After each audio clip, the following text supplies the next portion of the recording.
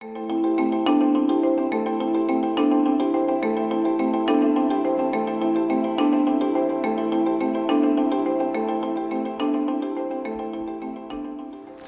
je suis arrivé à Grenoble en septembre 1976. Pour moi, le miracle s'est produit quand j'ai rencontré dans un couloir de médecine nucléaire l'ami Jacques Godard qui venait présenter le l'iode 123 qu'il était capable de produire. Donc je lui ai quasiment sauté dessus pour lui dire que l'iode 123, j'en étais tout à fait preneur. Pourquoi?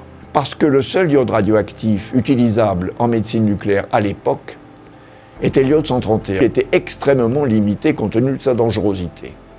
Par contre, si l'on pouvait marquer les molécules avec de l'iode 123, cela augmentait considérablement leur potentiel d'utilisation. Mais il nous manquait encore un maillon. Donc j'ai été voir le professeur Joël de Léris et il a mis immédiatement des thésards de biologie animale sur le thème que je lui proposais. Et il nous manquait en dernier ressort quelqu'un qui fasse le marquage au carbone 14 de ces molécules si on voulait les étudier au niveau intracellulaire. Donc j'ai eu la chance de tomber sur le professeur Luduc, donc lui aussi était intéressé par le projet et il s'est introduit dans l'équipe. Donc nous avions en quelques semaines, je dirais maximum quelques mois, constitué une équipe pluridisciplinaire dans laquelle chacun des membres des équipes trouvait le projet intéressant puisqu'il avait un débouché cardiaque, il avait un débouché clinique. Ce n'était pas une recherche dépourvue d'objectifs, l'objectif était clair. Donc nous avions le soutien du CEA, nous avions un groupe et nous avons commencé à travailler comme ça. Et en 1985, s'est inclus dans l'équipe un jeune assistant de biophysique, Daniel Fagret, qui a tout de suite montré ses capacités de chercheur, et quelques années plus tard, Jean-Philippe Vuillez a suivi le même chemin. Donc voilà comment s'est constitué, dans les années, entre les années, disons, 79 et 84-85, le groupe dont maintenant on fête le 45e anniversaire. En 1985, j'ai rejoint le groupe de recherche de Michel Comet, le laboratoire d'études des radiopharmaceutiques. Depuis 1979, le laboratoire travaillait sur les acides gras iodés et le thallium. Mais il y avait également le développement d'un générateur de krypton 81M avec Jacques Godard. Il y a eu également la MIBG, un analogue de la noradrénaline. Puis après, il y a eu les glucoses iodés avec Catherine, et puis. Et puis tout le monde voulait remplacer le thallium par un complexe technicien disponible dans le monde entier. Nous avons donc travaillé avec l'équipe de chimistes de Michel Vidal, et puis un chimiste de Sysbio International, Roberto Pascalini. La médecine nucléaire permet des études physiologiques in vivo. La médecine nucléaire permet d'études de la physiopathologie humaine. Elle permet également, et c'est la seule technique actuellement utilisable chez l'homme, l'imagerie moléculaire, c'est-à-dire de visualiser des cibles pertinentes qui ont un retentissement pour la prise en charge du patient. On est les seuls pour l'instant. Dans le laboratoire, 2 personnes ont été vraiment inspirantes pour moi. La première personne, c'est Michel Comet, qui nous a enseigné, voire martelé, les fondements de la recherche scientifique. Qu'est-ce que l'on cherche, pourquoi on le cherche et comment on le cherche. Il nous a tout appris et il avait une vision de la recherche extrêmement noble et exigeante. Pour lui, la recherche, c'était faire en sorte que les gens puissent aller au bout d'eux-mêmes. C'est un enseignement qui m'a profondément marqué, qui m'a accompagné pendant toute ma carrière et auquel je pense encore. La deuxième personne, extrêmement importante pour le laboratoire, c'est Daniel Fagret. De l'école de Michel Comet, il a renforcé les liens entre les biologistes et les cliniciens. Et c'est lui qui a eu l'idée, en 2000, de proposer à l'INSERM une unité de recherche radiopharmaceutique bioclinique qui regroupait tous les acteurs du développement des radiopharmaceutiques à Grenoble, les biologistes, les chimistes, les radiochimistes, les radiopharmaciens et les médecins. Et cette unité, biologique et clinique, dure depuis 25 ans. Ma collaboration au sein du laboratoire d'études des radiopharmaceutiques, parce que ça s'appelait comme ça à l'époque, remonte du temps où j'étais interne en biologie. J'ai fait à ce moment-là une rencontre qui a orienté ma carrière professionnelle. J'ai rencontré le professeur Comet et beaucoup de médecins nucléaires restaient figés dans une position historique en disant la médecine nucléaire, c'est nous, et donc la préparation des médicaments radiopharmaceutiques, c'est nous aussi médecins nucléaires. Or lui, il avait une position complètement inverse en disant moi je suis médecin, ce n'est pas ma partie. Si on veut faire quelque chose de bien, eh bien, il faut qu'on soit bien formé, qu'on ait les bonnes compétences pour le faire. Et j'ai donc, comment on peut dire, adhéré à sa vision qui était respectueuse du travail d'équipe où chacun pouvait trouver son rôle et sa mission. Pour ma part, je suis arrivée au laboratoire fin 2009. À cette époque, la radiochimie était réalisée dans une toute petite pièce au 2e étage où l'on travaillait principalement avec des émetteurs gamma. Les molécules radiomarquées étaient surtout des peptides, des protéines, des sucres et des acides gras. En 2011, nous avons déménagé au 4e étage et obtenu des financements qui ont permis d'acheter davantage d'équipements de radioprotection. Donc, nous avons également vu la nature des molécules d'intérêt se diversifier. Nous avons été amenés à radiomarquer des nanobodies, des cellules vivantes, des nucléotides, des nanoparticules, des bactéries. Et tout ça a considérablement augmenté notre expertise. Entre 2017 et 2020, de nouveaux financements nous ont permis d'agrandir le plateau de radiochimie en aménageant une 2e pièce dédiée aux émetteurs bêta+ pour l'imagerie PET. Aujourd'hui, donc, le plateau de radiochimie propose une gamme étendue de radioisotopes pour radiomarquer tout type de molécules pour l'imagerie et la radiothérapie. C'est une chance de travailler dans cette chaîne de compétences où, en tant que radiochimiste, l'idée est de développer un radiomarquage en pensant toujours à l'application clinique. Le labo a été très structurant pour moi sur un plan personnel, sur un plan scientifique évidemment, mais sur un plan personnel surtout. Et il y a un épisode qui est révélateur à ce sujet, c'est que j'ai été reçu par Daniel Fagré en 1995. Il s'apprêtait alors à prendre, je crois, la chefferie de service et la direction du laboratoire. Et donc Daniel m'avait présenté avec beaucoup d'enthousiasme les thématiques scientifiques du laboratoire. Et puis au terme de cette présentation, il avait digressé un petit peu et il avait souligné qu'il était médecin, mais qu'il était aussi universitaire. Et je me souviens très bien qu'il avait décomposé le mot, il l'avait repris et décomposé en disant « je suis universitaire, je travaille à l'université ». Et donc à l'université, par définition, vous êtes versé dans tout. Et donc un laboratoire universitaire ne s'arrête pas forcément à la science, mais doit être capable de s'ouvrir sur d'autres domaines et d'être versé dans beaucoup de choses. Je suis arrivée au laboratoire pour un stage de master. Donc je cherchais un domaine de biologie intéressant, enfin un stage intéressant. Et j'ai rencontré Michel Comet, Daniel Fagré et Catherine Guézy. Ils m'ont parlé de leur recherche et ça avait l'air vraiment très intéressant. Ils étaient tellement enthousiastes et motivés et heureux de me rencontrer que je me suis dit que j'allais essayer. Et donc j'ai travaillé surtout avec Catherine au départ sur les analogues iodés du glucose, notamment le 6-DG qu'on a réussi à transférer à l'homme un peu plus tard. J'aime cette recherche parce que c'est une recherche translationnelle, parce qu'on espère développer un radiopharmaceutique qui va pouvoir être transféré en clinique, donc qui aura un vrai impact sur la vie du patient, sur le diagnostic de sa pathologie. Et donc en fait j'aime beaucoup l'idée que ça va être utile et qu'on sert à quelque chose. Alors, lorsque je suis arrivé au laboratoire en 2000-2001, c'était le début d'un nouveau projet. Les cardiologues avaient pour objectif de visualiser les plaques d'athérome vulnérables. Et l'objectif des cliniciens, c'était non pas de prendre en charge les patients à la phase aiguë de l'infarctus, mais de diagnostiquer ces lésions en amont pour prévenir l'infarctus. J'ai proposé à la direction du LRB de collaborer avec cette équipe en Belgique pour voir si on pouvait appliquer ce nouveau format de molécules à l'imagerie des plaques. Et on a donc initié une collaboration qui dure à présent depuis une quinzaine d'années. Et la première molécule qu'on a produite a très bien fonctionné puisqu'on a pu la valider complètement en préclinique. On est même allé avec les radiopharmaciens, radiochimistes, jusqu'à faire le dossier médicament, le JMP, et par injecter cette molécule à l'homme, principalement pour vérifier qu'elle était non toxique. Il faut, pour chaque chose, se demander qu'est-ce qu'on cherche, pourquoi on le cherche et comment on le cherche. La recherche est pour moi un outil de formation générale. Je dirais même qu'un stage dans un labo de recherche de quelques mois serait nécessaire, à mon avis, pour beaucoup de gens en médecine, par exemple. Ça leur apprendrait à ne pas dire n'importe quoi, puisque quand on fait de la recherche, il faut présenter ses résultats, c'est-à-dire les publier. Quand on parle de la recherche, tout ce que l'on dit, on doit pouvoir le démontrer et le prouver. La force du laboratoire, elle se trouve, je pense, pour partie dans cette interaction très forte qu'on a avec les cliniciens qui nous soumettent les problèmes cliniques sur lesquels ils voudraient voir arriver une solution et qui sont les seuls à pouvoir identifier.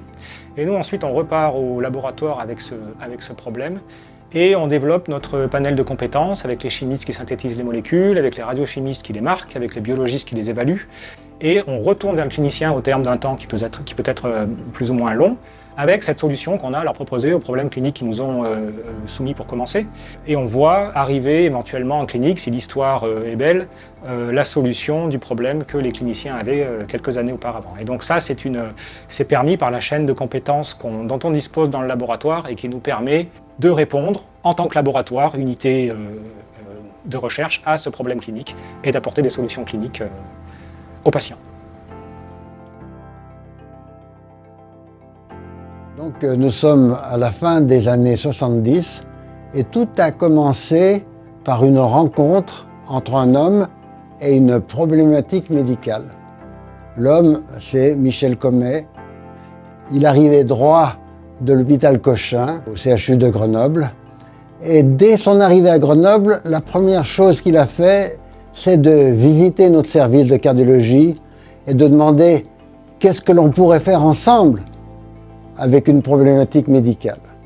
La problématique que l'on a choisie ensemble, c'était le cœur de femme. Ou, plus exactement, comment faire le diagnostic d'une maladie des coronaires chez la femme. Michel Comet, à l'hôpital Tenon, avait développé une technique nucléaire, la scintigraphie myocardique au thallium. Donc on a fait cette première étude, comparaison donc de la coronographie, l'épreuve d'effort, la scintigraphie. On a trouvé des résultats qui venaient d'ailleurs d'être publiés dans les pays anglo-saxons. C'est que la scintigraphie myocardique, elle était meilleure, on va dire, tout simplement, que l'épreuve d'effort, c'est-à-dire qu'elle détectait mieux les rétrécissements coronariens.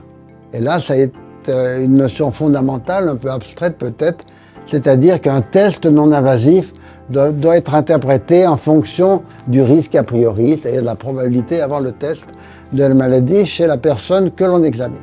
C'est ce qu'on appelle l'analyse bayésienne. Maintenant, tous les étudiants en médecine connaissent l'analyse bayésienne et comment on examine un test non invasif par rapport à la probabilité a priori. À l'époque, c'était complètement novateur et nous avions été dans le groupe les premiers à diffuser cette méthode, du moins dans les pays de langue française.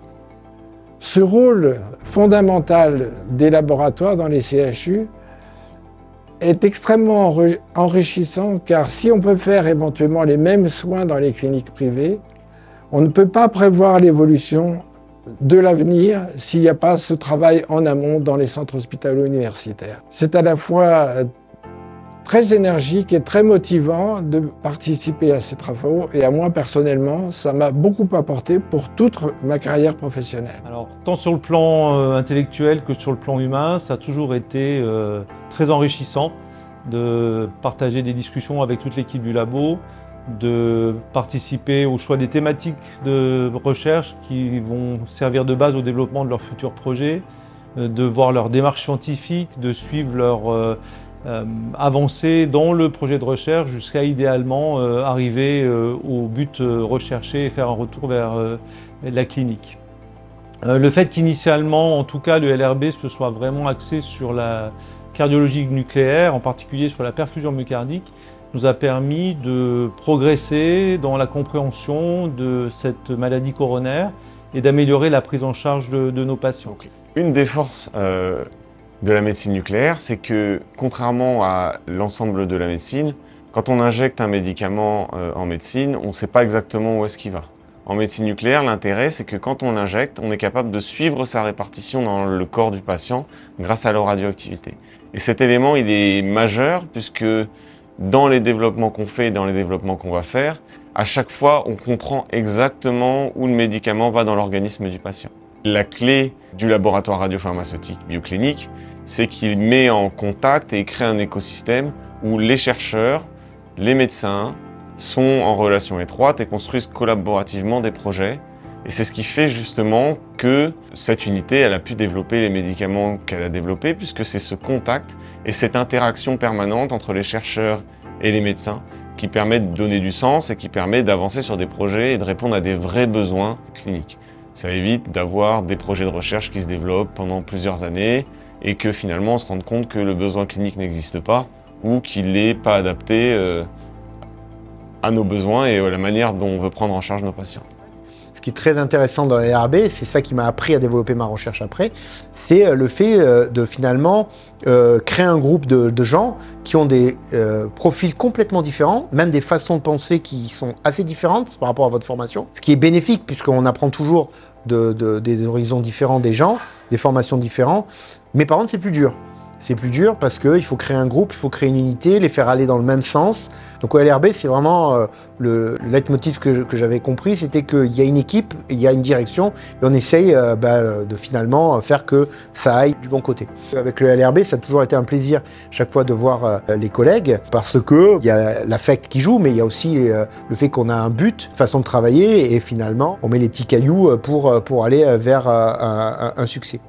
Donc le LRB, il a poursuivi ses développements et il a adapté ses développements aux besoins de la médecine nucléaire. Dans les années 90-2000, c'était une orientation essentiellement vers la cardiologie qui était réalisée et puis progressivement vers la cancérologie. Et donc le LRB a développé différents traceurs ciblant d'autres cibles comme les intégrines, la mésotéline, qui peuvent être intéressantes dans un certain nombre de cancers multiples. Et donc là, progressivement, on va réaliser ses premières injections à l'homme.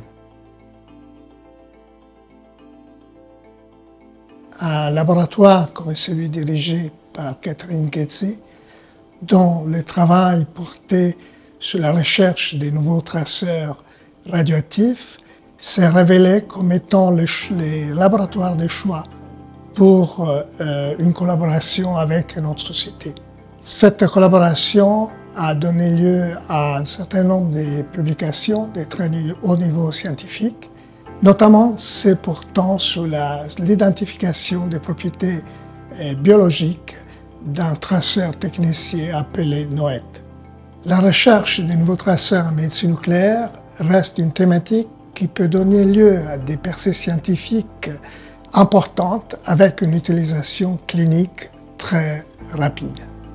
C'est vraiment le moment de soutenir cette recherche et d'avancer encore plus vite dans ce développement en préservant sa spécificité et en évitant de diluer cette thématique dans d'autres thématiques beaucoup plus générales. Il y a une quinzaine d'années, j'étais responsable de recherche et développement de 3A, Advanced Accelerator Application. Et donc, j'avais besoin d'établir des collaboration avec des labos avec la connaissance de la médecine nucléaire. Mais j'ai identifié Grenoble en tant que labo de référence pour la médecine nucléaire. C'était un labo qui avait déjà une crédibilité, il avait déjà travaillé dans la médecine nucléaire et avait une expérience déjà reconnue. Aussi les relations personnelles étaient très importantes parce que la communication était facile, la communication interpersonnelle, mais aussi la communication scientifique. En plus, l'équipe était, je dirais, très tenace.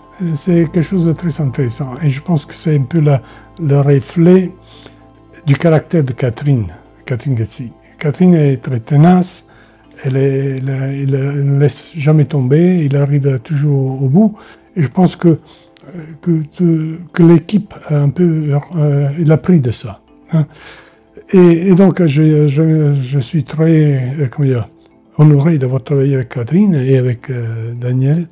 Ce sont des personnes très honorables.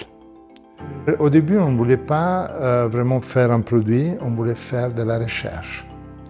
J'ai parlé à Daniel Fagré à l'époque de ce projet, c'était un des premiers médecins nucléaires auxquels je vais parler. Daniel était aussi le président d'un petit regroupement de médecins nucléaires régionaux. Et j'étais un jeune chercheur, un peu rêveur.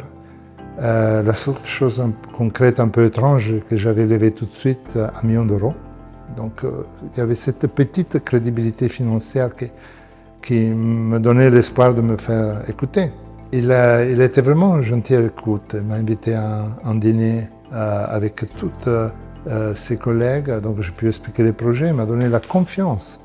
Avec la confiance de médecins nucléaires de la région, je me suis senti un peu plus à l'aise de prendre le risque. Nous, on est nés avec l'esprit de faire de la recherche. Donc tout de suite, quand il y avait des arguments de recherche, on discutait ensemble.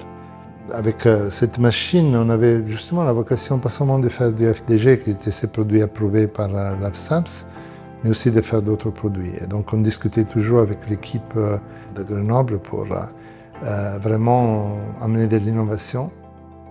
Croisa, c'était une toute petite société. Et pour nous, c'était important de voir cette relationnelle. À travers le travail qu'on a fait, on a finalement créé des ruptures scientifiques, technologiques énormes. On a donné la possibilité à des patients d'être traités à travers la médecine nucléaire. Aujourd'hui, il y a beaucoup d'investissements. Il y a beaucoup de sociétés qui investissent dans les équipes, dans les équipements, dans les structures, dans la médecine nucléaire. Mais il y a malheureusement très peu de connaissances en médecine nucléaire. Donc, c'est pour ça que des labos, des équipes telles que l'équipe de Grenoble sont encore plus précieuses qu'avant. Notre société, après avoir été cotée sur le Nasdaq, a été vendue pour 4 milliards de dollars. J'ai vraiment très apprécié le support que Daniel et que Catherine ont donné à la société dans toutes les phases de développement. Ils ont cru vraiment depuis le début jusqu'à quand on était plus grand et puis mature. Et on ne peut pas oublier ça. Cette aventure a pu avoir lieu et réussir parce que tous les participants avaient la même idéologie. N'ayons pas peur des mots, disons que tous considéraient que leur aventure personnelle était totalement liée à l'aventure des autres groupes. On ne peut pas imaginer la chimie sans la biologie derrière et la biologie sans la clinique, c'était pas pensable. Donc tout le monde était lié à tout le monde. Donc personne ne devait tirer la couverture à soi. Personne ne pouvait dire « moi je dirige un... » Non, c'est pas comme ça que ça peut se passer quand on a des gens de haut niveau qui donnent toute leur énergie et toute leur connaissance dans une direction donnée. Pour moi, en recherche, il y a deux choses extrêmement importantes. La première, c'est que les gens travaillent pour un objectif qui les anime. Et la deuxième, c'est qu'ils soient heureux au travail. Parce que c'est quand même la clé de la créativité. Et si l'unité fait aujourd'hui ses 45 ans, c'est sans doute parce que chacun trouve sa place dans cette dynamique. Toutes les études ultérieures ont été très riches du point de vue intellectuel, très formatrices, mais jamais nous n'avons retrouvé cette ambiance de travail en commun, cette ambiance du LRB. Je pense que ce type de travail doit être poursuivi dans l'avenir. Alors certains s'imaginent qu'on prend 4 équipes, on les met dans un beau bâtiment et puis on a formé une grosse équipe qui va rouler toute seule. Bon, en fait, c'est pas comme ça que ça marche, la recherche.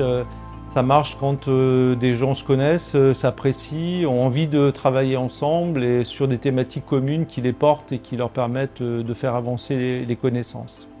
Mon passage au laboratoire a été une expérience unique et relativement extraordinaire. Au LRB, la particularité, c'est qu'on fait de la recherche parce qu'on aime en faire et on se fait plaisir. Et ça, c'est une expérience humaine irremplaçable qui va bien au-delà de simplement la recherche elle-même. Et finalement, il y a un objectif à avoir que j'ai appris au LRB, c'est que tout va bien quand les gens viennent au boulot en étant contents de venir. Je connais peu d'endroits où on ait un vécu de tout ça de manière aussi flagrante et épanouissante que ce que j'ai connu au sein du LRB. Ça m'a permis de côtoyer en fait des gens de formations complètement différentes. Quel que soit le grade des gens, d'avoir une reconnaissance et d'avoir un respect des gens les uns envers les autres. Ce type de structuration, qui nous peut discuter avec des gens qui ont des formations différentes, des points de vue différents, etc., ça nous oblige en fait à explorer en permanence et à être et être toujours curieux, à pas avoir de certitude. Et je pense qu'à titre collectif et à titre individuel, c'était quelque chose... Merci Michel Comet. Je vais presque pleurer. Voilà.